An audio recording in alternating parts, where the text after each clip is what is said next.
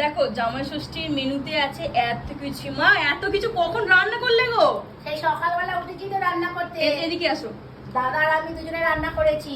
এত কিছু রান্না হয়েছে তো, এত কিছু আইটেম তো ক্যামেরাতেও ধরছে না। কত রকম আইটেম আছে এখানে?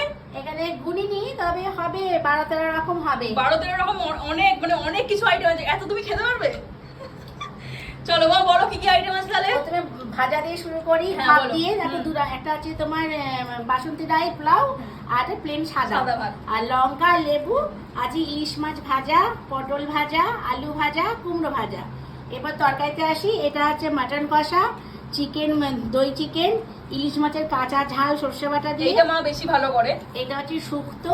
এটা হচ্ছে ইলিশ মাছের মাথা দিয়ে পুঁই শাক। এটা হচ্ছে আমের চাটনি। এটা হচ্ছে দই। এটা 2 রকম মিষ্টি। এটা হচ্ছে পাঁপড় আর হচ্ছে স্যালাড।